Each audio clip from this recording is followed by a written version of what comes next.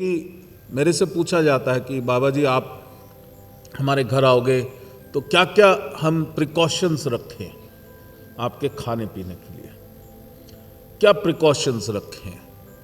तो मैंने कहा मैं जो जिस लीनेज से आता हूँ, हमारे जो गुरु वो कहीं भी जाते थे, भूख लगी, वैसे तो कई कई दिन मजे करे, जहाँ भूख लगी किसी भी दरवाजे के सामने खड़े हो गए और बोले भिक्षाम देही, तो वो उसके घर में जो होता था, जरूरी नहीं कि वो उसी समय ताज़ा पकाएंगे, बर्तन मांजेंगे, जो बचा है बच्चे ने हाथ डाला होगा, किसी ने हाथ डाला होगा, वही देंगे।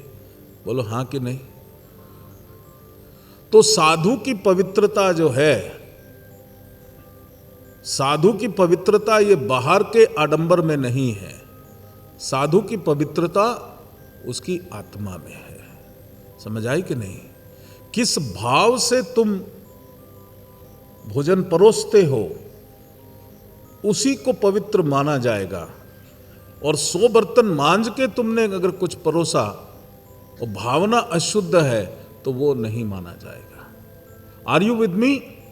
तो ये फंडामेंटल्स शिव योगियों को क्लियर करने होंगे बहुत ज्यादा, क्योंकि जहां से तुम चले आ रहे हो, मुझे तुम्हारे अंदर का जो नेगेटिव बिलीफ है उसको ब्रेक करना होगा, क्योंकि नेगेटिव बिलीफ जो है वही तुम्हारी ग्रोथ में, तुम्हारे आगे बढ़ने में वो रुकावट है, वो पैरों की जंजीर है, वो बेड़ियां हैं।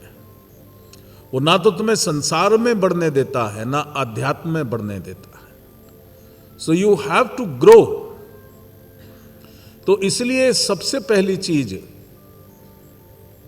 जो कि कहा गया, किसी ने बड़ा अच्छा लिखा, तुझ में राम मुझ में राम सब में राम समाया, कर ले सबसे प्यार जगत में कोई नहीं है पराया रे, तुझ में राम मुझ में राम।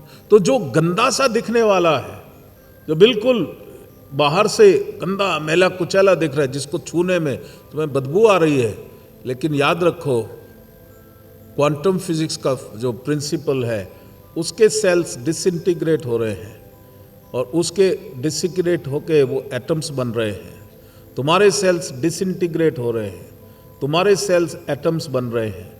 हो सकता है तुम्हारे सेल्स उसके एटम्स उसके शरीर में जाके सेल्स बना रहे हों और उसके एटम्स तुम्हारे शरीर में। It's like a flowing river, it's like a flowing river. तो ये मानवता, खाली मानव की बात नहीं मैं कर रहा, मैं बात कर रहा हूं अपवित्र पशु पक्षी की। अब हमारे भावनाएं हमने बना रखी कि ये अनटचेबल है, ये टचेबल है।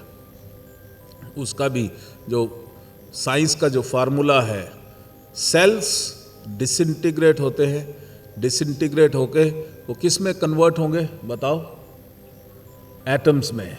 और एटम्स जो है उसको मीडियम नहीं चाहिए फ्लो करने के लिए, कनेक्शन नहीं चाहिए, they are there in the universe. तो जैसे मनुष्य है वैसे किसी भी जानवर के सामने तुम खड़े हो सकता है तुम्हारे एटम्स उसमें चले जाएं, उसके एटम्स तुम्हारे में चले जाएं।